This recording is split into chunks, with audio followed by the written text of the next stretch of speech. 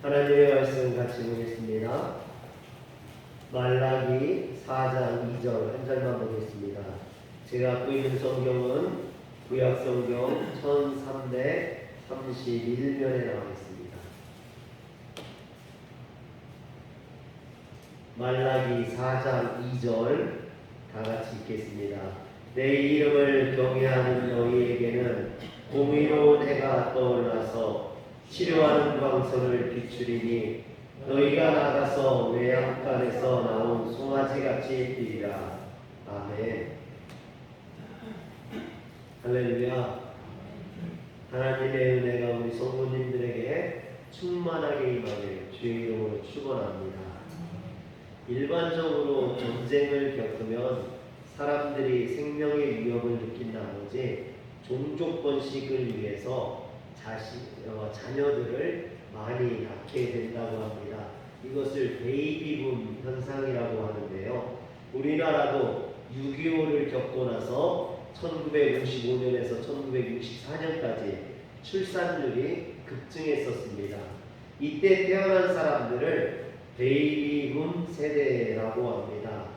그런데 이 베이비붐 세대가 30년이 지나서 그 베이비붐 세대가 다시 부모가 되고 그 자녀들이 나왔는데, 그래서 우리나라의 80년대에서 90년대 초반에 태어난 사람들을 에코 세대라고 합니다. 이 에코라는 것은 메아리라는 뜻인데, 이렇게 산에 올라가서 야우 소리 지르면 그 소리가 돌아서 들어오지 않습니까? 그것처럼 이 베이비붐 세대가 돌아오는 세대를 에코 세대라고 합니다.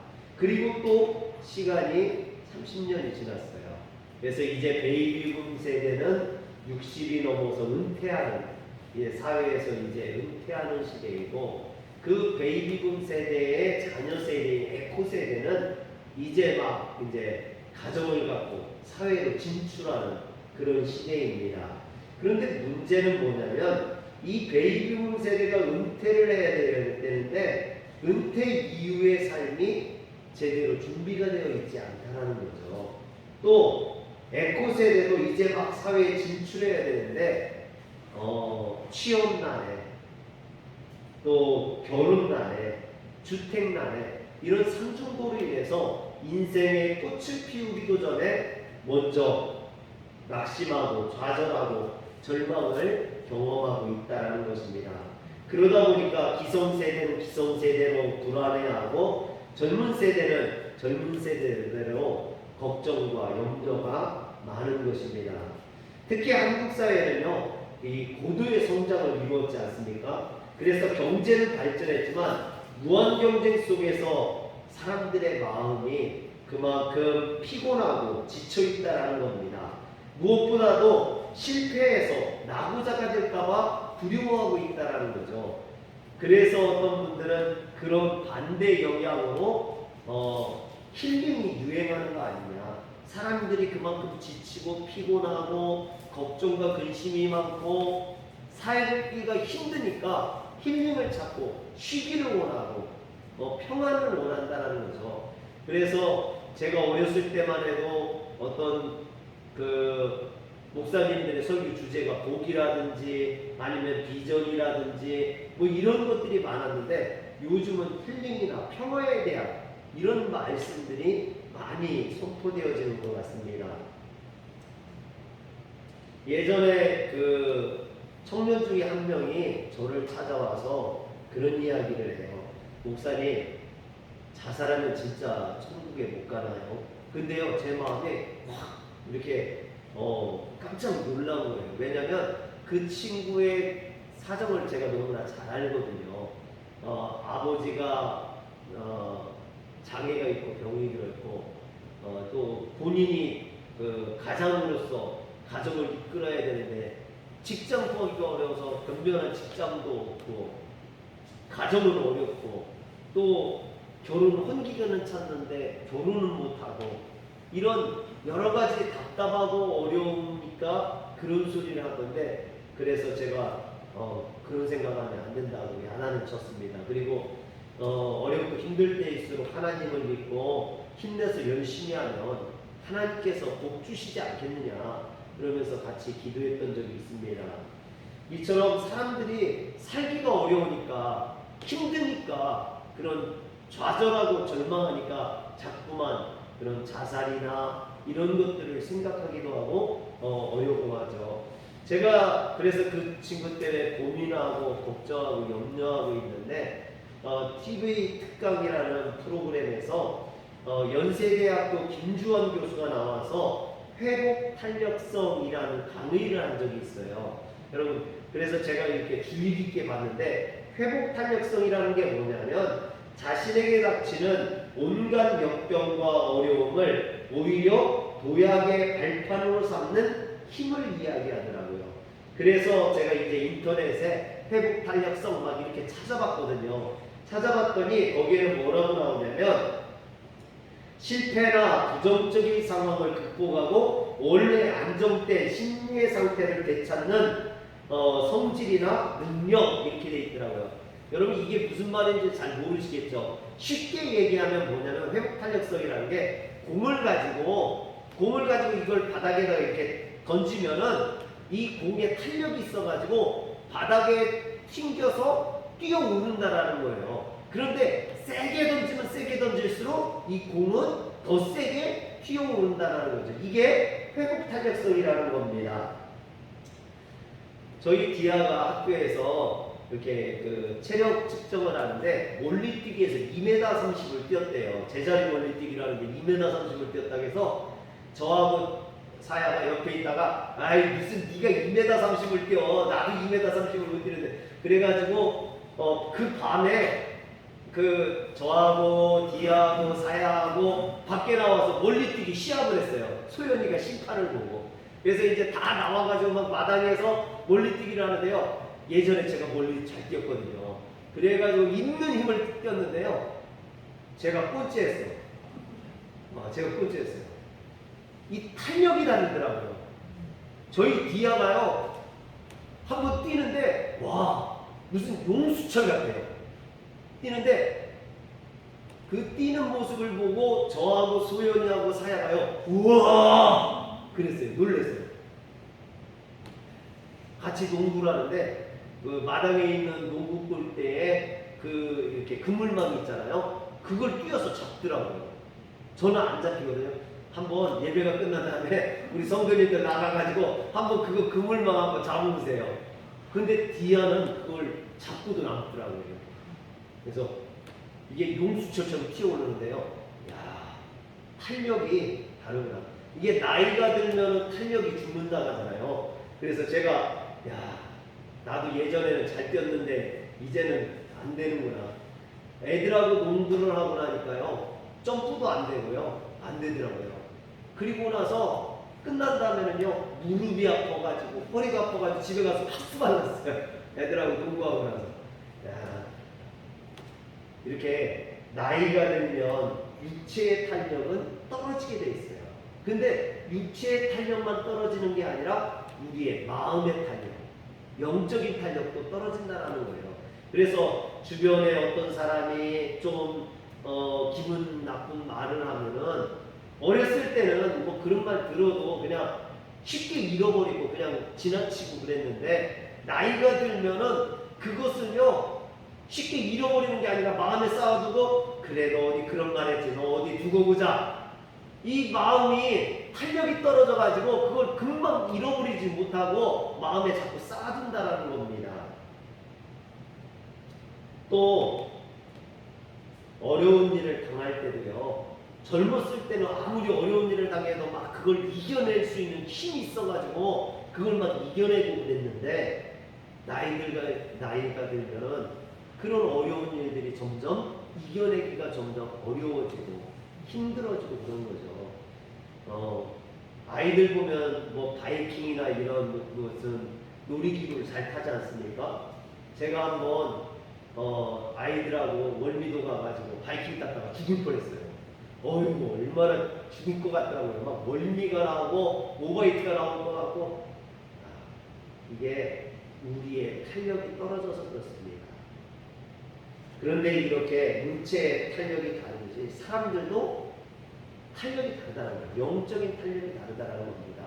어려움을 당하고 고난을 당했을 때 그것을 이겨내는 힘이 다르다는 거죠. 그런데 이 영적인 탄력성이 있는 사람은 세게 고난이 찾아오고 어려움이 찾아와도 그 세게 온 만큼 더 높이 뛰어오를 수 있다는 거예요. 할렐루야. 그래서 김주환 교수가 뭐라고 하냐면 성공이라는 것은 실패나 좌절이 없는 사람이 누리는 것이라기보다 역경과 시련을 잘 극복한 사람이 성공을 누린다는 거예요. 그러니까 얼마나 영적인 탄력성이 있어가지고 이런 어려움을 잘 이겨내느냐에 따라서 그 사람이 성공으로 갈 수 있다라는 거죠. 어려움이 없는 사람은 없어요. 그러나 그 어려움을 어떻게 이기느냐, 어떤 마음 자세를 가지고 어떠한 생각을 가지고 그걸 이기느냐에 따라서 그 사람의 인생이 달라진다라는 겁니다. 그런데 성경을 보니까 제가 이런 강의를 듣고 성경을 보니까요, 성경에 나오는 인물들이 다 그런 인물들이에요. 여러분, 성경에 나오는 사람들이요, 처음부터 잘 됐던 사람이 없어요. 다 어려움을 겪고 고난을 겪고 그 고난을 어떻게 이겨냈는지, 얼마나 뛰어올랐는지에 따라서 그들의 인생이 달라지더라는 거죠. 그래서 야곱의 아들 요셉 같은 사람은요, 그 형들이 그를 애굽의 종으로 팔아버렸잖아요. 여러분, 어떻게 보면 세게 바닥에 내던져진 인생이지 않습니까? 수렁텅이에 빠져버리는 그런 인생인데 요셉은 그 구덩이 속에서 튀어올랐다는 거죠. 영적인 탄력성으로 튀어올라서 그 가정을 이끄는 보디발 장군의 집을 이끄는 집사가 되었고, 또 억울한 누명을 쓰고 감옥 속에 내던져졌는데 거기에서 좌절하거나 포기하지 않고 거기에서 영적인 회복의 탄력성을 가지고 또 튀어올라서 결국에는 애굽의 총리까지 되었다라는 겁니다. 다윗도 마찬가지죠. 그는 블레셋 거인 골리앗을 죽이고 민족의 영웅으로 당당하게 등장을 합니다. 영광스럽게 등장을 해요. 그러나 곧바로 어려움이 찾아오고 고난이 찾아오죠. 사울왕에 의해서 시기와 질투에 의해서 죽을 고비를 넘기고 쫓겨다니고 도망다니는 그런 죽음의 골짜기를 지나는 인생이 되어버리고 만다는 겁니다. 그런데 그의 인생이 거기에서 좌절했느냐, 절망해서 끝났느냐? 그게 아니죠. 거기에서 더 튀어올라서 그가 이스라엘 민족을 통일하는 통일왕국의 왕이 되었다는 겁니다. 여러분, 요셉은 어떻습니까? 욥은 어떻습니까? 오늘날로 말하면요, 번창한 사업가예요. 그런데 하루아침에 부도가 나버렸습니다. 인생이 부도가 나버렸어요. 가정이 부도가 나버렸습니다. 거기에다가 불치의 병까지 걸렸어요. 주변의 모든 사람들이 떠나고 아내는 그를 조롱하고 친구들은 그를 정죄했습니다. 여러분, 이런 상황이면요, 요즘 사람들 같으면 우울증에 걸리거나 공황장애에 빠지거나 아니면은 진짜 자살 생각에도 이상하지 않는 그런 상황 아닙니까? 그런데 욥은 그러지 않았다는 거죠. 그 상황 속에서 영적인 회복의 탄력성을 가지고 그것을 이겨내고 뛰어올라서 하나님 앞에 갑절의 복을 받는 사람이 되었습니다. 할렐루야. 이렇게 성경을 보면요, 성경 안에는 영적인 탄력성을 갖고 있는, 영적인 회복 탄력성을 갖고 있는 사람들로 가득 차 있어요. 그렇다면 이 영적인 회복 탄력성을 가지고 이런 역경과 절망을 이겨내고 뛰어올라 승리할 수 있는 그 힘, 그 힘은 어디에서 나오느냐? 여러분, 그 힘이 어디에서 나올까요? 출애굽기 15장 26절에 보면 우리가 그 힌트를 볼 수 있어요. 이르시되 너희가 너희 하나님 나 여호와의 말을 들어 순종하고 내가 보기에 의를 행하며 내 계명에 귀를 기울이며 내 모든 규례를 지키면 내가 애굽 사람에게 내린 모든 질병 중 하나도 너희에게 내리지 아니하리니 나는 너희를 치료하는 여호와입니다. 여기에서 하나님은요, 자신을 치료하는 여호와라고 이야기를 하십니다. 근데 여기서 치료하다라는 것은요, 우리의 질병을 치료하는 것만을 의미하지는 않아요.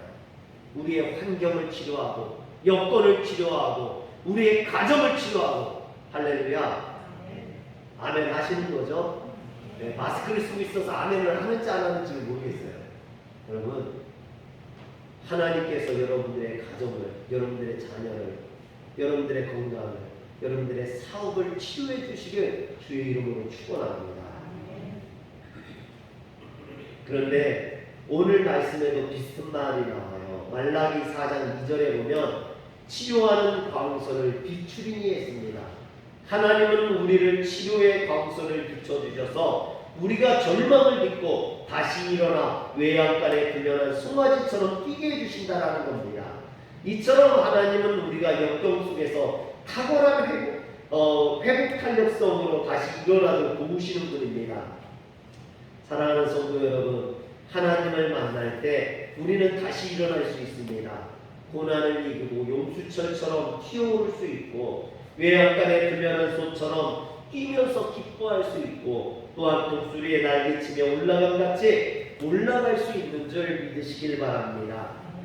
그런데 여기서 우리가 기억해야 될 것이 하나 있는데요. 그것은 하나님이 도우시는 회복의 탄력성에 전제 조건이 있다는 거예요. 아무한테나 이런 회복의 탄력성을 주는 게 아니라는 겁니다. 오늘 말씀을 보면요, 전제와 결과가 있어요.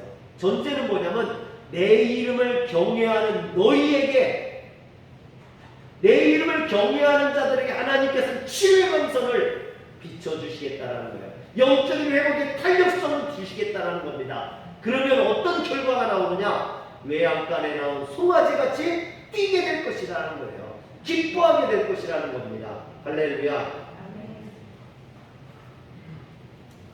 그런데 여기에서 경외라는 단어는요, 사전적으로 보면 공경하면서 두려워함이라는 뜻을 갖고 있어요. 여러분, 두려워하다.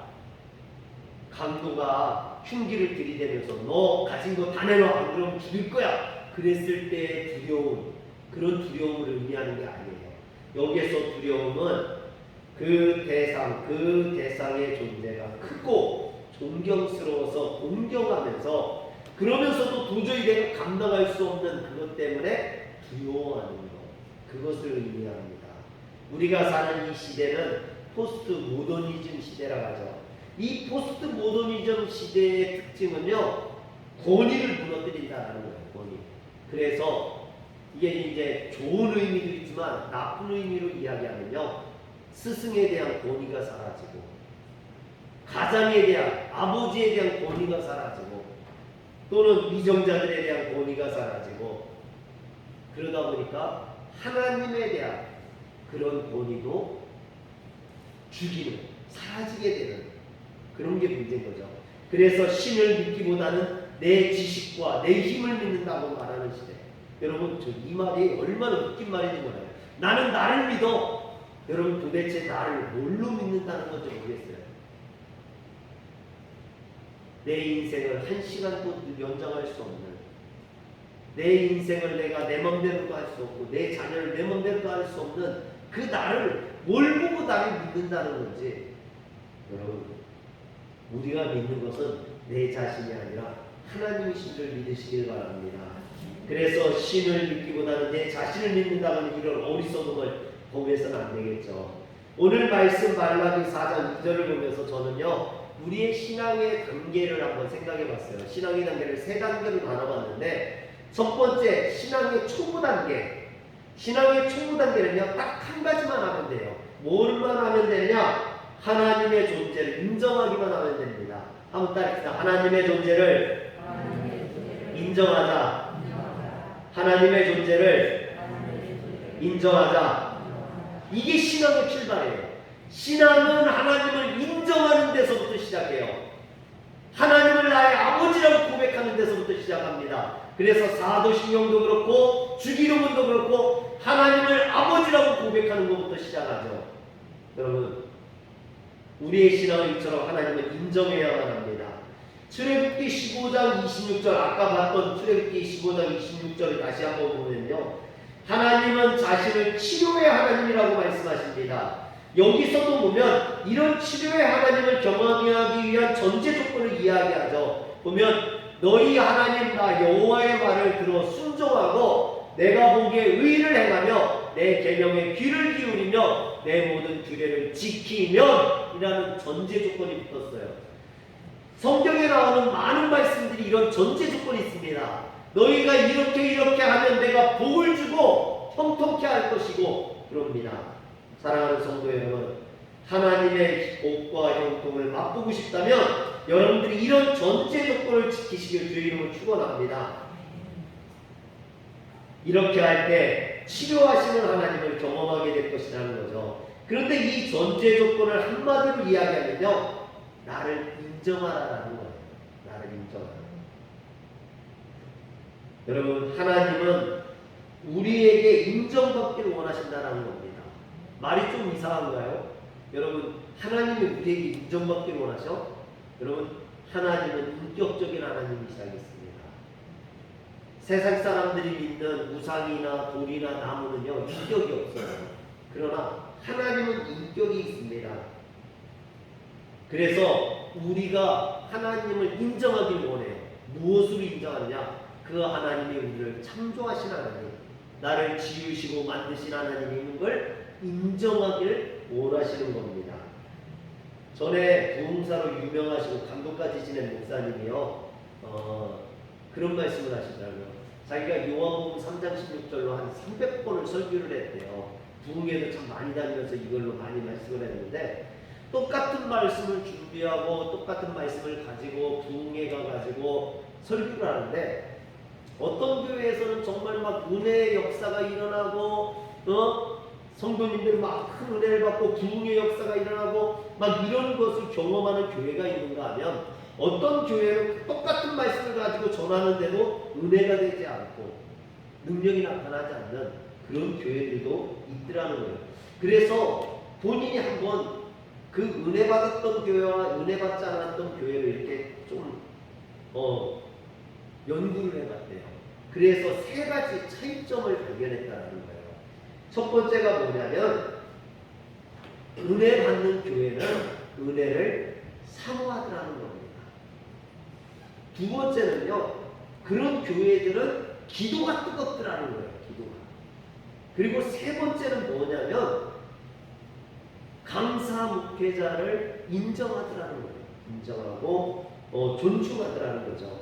이 목사님이 부흥회 갈 때마다 담임 목사님한테 자기를 소개할 때 대한민국에서 제일 가는 부흥사 이렇게 소개해달라고 부탁을 한대요. 목사님 나 소개할 때 나를 대한민국에서 제일 가는 부흥사로 소개해줘. 그러면은 이제 담임 목사님이 오늘 우리 교회에 오셔서 부흥회 하신 목사님은 대한민국에서 제일 가는 부흥사입니다. 그러겠죠. 그러면은 성도님들이 은혜 받는 교회는요, 아멘 한다는 거예요.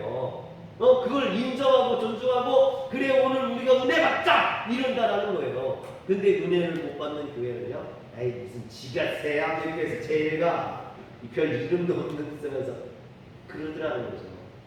그러면서 이분이 하는 말씀이 교회도 똑같다는 거예요. 교회도 담임 목사님이 존중하고 담임 목사님을 인정하고, 이 목사님이 훌륭한 목사님, 은혜를 줄 만한, 오늘 우리에게 은혜를 끼칠 만한 목사님임을 인정하는 교회는요, 은혜 받는다는 거예요.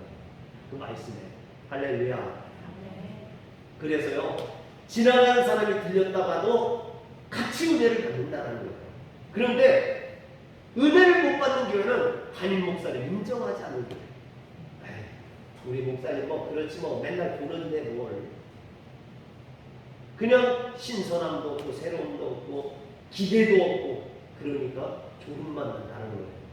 사랑하는 성도 여러분, 여기 있는 이상렬 목사가 대한민국의 제일 가는 부흥사는 아니지만 그래도 우리 성도님들이 은혜 받을 만한 목회자인 줄 믿으시길 바랍니다. 그리고 좀 기대를 가지세요. 오늘 말씀을 통해서 내가 은혜 받아야겠다 이런 기대를 가지시면 분명히 은혜를 받는 줄 믿으시길 바랍니다. 그래서 주님께서 병자들을 치료하실 때 꼭 물어보시죠. 네가 낫고자 하느냐? 오늘 주님이 여러분들이 이 교회에 오셨을 때 물어보실지 몰라요. 네가 은혜 받고자 하느냐? 은혜 받고자 물어보실 때 내가 주여 내가 은혜 받기를 원하나이다 고백하는 자에게는 은혜가 주어지는 줄 믿으시길 바랍니다. 그러나 아니 뭐 은혜 주려면 주고 말려면 말고 뭐 그러면 은혜 받을 수 있겠죠. 사랑하는 성도 여러분, 여러분들에게 하나님의 큰 은혜가 임하길 주의 이름으로 축원합니다. 이런 맥락에서 보면요, 부부 관계나 가정의 회복도 마찬가지예요. 여러분 부부 관계가 좋으려면 서로 인정해야 됩니다. 많은 분들이 좀 부실한 남편 때문에 고생을 해요. 물론 부실한 아내 때문에 고생하기도 합니다. 그렇더라도 되도록이면 인정해주고 칭찬해줄 수 있어야겠죠. 남편한테 이것 좀 해주세요 그랬는데 남편이 일을 좀 잘하면 좋은데 좀 부실하게 하면 아내가 뭐라고 합니까? 아이고 이것을 일이라고 해놨어 참. 그러면은 여러분 그 남편이 일을 해주고 싶겠어요? 더 안 하겠지. 좀 못했더라도 아이고 그래도 나름 개성 있게 해놨네. 잘했다고는 못하더라도 나름 개성 있게 해놨어. 그렇게라도 해주면 좀 낫잖아요. 여러분 아내가 음식을 해줬는데 좀 맛있게 해주면 좋은데 솜씨가 덜해. 그러면 뭐라 해야 됩니까? 아이고 그래도 어제보다는 낫네. 그러기라도 하면 되죠. 그걸 대놓고 아이고 이걸 국이라고 끓였어? 야 이거 소태 같아서 먹겠어? 이러면은 여러분 부부관계가 회복될 수가 없는 거죠. 자녀관계도 마찬가지입니다. 제가 아이들과 함께 운동을 하면요, 부모다 보니까 아버지다 보니까 애들이 부족한 부분이 보여요. 이상하게 잘 보여요. 다른 애들 건 잘 안 보이는데 우리 애들 건 잘 보여요. 그래서 자꾸만 지적을 하게 돼요. 야, 너 이렇게 하면 안 되지. 이렇게 해봐. 저렇게 해봐. 이렇게 자꾸 코치를 하게 돼요. 그런데 이상한 건요, 그렇게 자꾸 코치를 해보니까 애가 반항을 해요. 그리고 애가 오히려 더 헤매요. 제가 뭣도 모르고요, 사야한테 축구를 가르친다고 야 이거 이렇게 해야 돼. 야 그것밖에 못해. 이렇게 해야 된다니까. 그랬더니요 얘가 중고등학교 때 축구를 안 하는 거예요. 반항 심해. 그래서 제가 깨달았어요. 내가 이게 부모로서 자녀가 잘하게 하고 싶어서 코칭해 주는 게 때로는 그게 덕이 안 되고 도움이 안 될 때가 있구나. 오히려 그게 역효과를 내는구나. 그런 생각을 했어요. 지난번 저희 디아가 학교에서 수학 시험을 봤는데 좀 어려웠어요. 근데 1학년 전체 평균이 34점이래요. 근데 저희 디아는요 그 2배를 맞았어요. 68점. 근데 제가 수학을 잘했거든요. 그래서 디아가 68점을 맞았는데 저한테 아빠 나 68점 맞았어. 그래도 자랑스럽게 이렇게 이야기하는데 제가 실수를 했어요. 야 그것도 점수라고. 그런데요 얘가 딱 기가 죽으면서 심각해지면서요, 그래도 나 우리 반에서 몇 등 안에 들면 잘하는 건데 그러는 거예요. 근데 제가 아차 싶더라고요. 아 얘가 상처를 받는구나. 그래서 그래 잘했네. 그러면 다음엔 좀 더 점수가 올랐으면 좋겠다. 그래서 이제 그렇게 했는데, 여러분 우리가 인정해 주기를 원해요. 자녀들도 그렇고요. 사람들은 누구나 당신이 잘한다는 것을 인정받기를 원한다는 거예요. 근데 하나님도 마찬가지입니다. 하나님도 우리를 창조하시고 우리를 지으시고 우리에게 그것을 인정받고 싶어 하신다는 거예요. 하나님이 나를 지으신 분이라는 것, 나를 창조하신 분이라는 것. 이처럼 우리가 그것을 인정할 때 하나님은 우리에게 복을 주십니다. 그래서 잠언 3장 6절에 보면 솔로몬은 너는 범사의 그를 인정하라. 여기에서 그는 하나님을 인정하라는 거예요. 하나님을 인정하면 그 하나님께서 내 길을 지도하십니다. 인도하실 것이다 라고 이야기합니다. 신앙의 두 번째 단계는요, 이제 초급을 벗어난 중급 단계라고 볼 수 있겠죠. 중급 단계는 거기에서 더 나아가서 하나님을 인정하는 것에서 더 나아가서 하나님의 영향력 아래 거하는 것, 주님의 날개 아래 거하는 것, 주님의 품에 들어가는 것을 의미합니다. 우리 인생은요, 누구의 영향력 아래 놓여 있느냐에 따라서 그 인생이 완전히 달라지게 돼요. 얼마 전에 보니까 연예인 중에 한 명이 여자 연예인이 프로포폴이라는 상습적인 약을 투약해가지고 구속된 사건이 있었어요. 작년에는 그 삼성의 이재용 부회장이 그걸 상습 투약했다 해가지고 사회 이슈가 되고 문제가 되기도 했었는데, 여러분 한번 생각해 보세요. 도대체 삼성 부회장인 같은 사람이 그 잘나가는 연예인들이 무엇이 부족해서 그런 것을 손댈까? 그것을 손대면 자신의 인생이 망가진다는 걸 모를까? 그게 중독이 되면은 헤어나오지 못한다는 걸 모를까? 여러분, 그런데 한 번 빠지면 그곳에 나오기가 어렵다는 거예요. 그게 영향력이에요. 우리가 어떤 거에 영향력에 빠져 있느냐에 따라서 그 인생이 그래서 달라지는 겁니다. 그 포스트 모더니즘 시대에 살고 있는 현대인들은요, 하나님 없이도 내가 잘 살 수 있어, 하나님 필요 없어 그러죠. 그런데 여러분, 우리의 주인이신 그 하나님을 몰아내면 그 자리가 빈자리로 그냥 있는 게 아니라 다른 것이 들어와서 그 주인 행세를 하죠. 그래서 마귀가 들어오기도 하고 죄악이 들어오기도 하고 여러 가지가 들어오게 되는 겁니다. 그것들 때문에 온갖 것들이 들어와서 그 빈자리를 차지하게 돼서 잘못되는 겁니다. 다윗이 시편 34편 18절에 뭐라고 하냐면, 여호와는 마음이 상한 자를 가까이 하시고 중심으로 통회하는 자를 구원하시는도다 하겠어요. 그래서 마음이 상한 자를 가까이 하신다고 했는데, 마음이 상한 자가 누구냐? 영어로 하면 브로큰 하트라고 하죠. 마음이 깨져버리다. 마음이 깨진 자예요.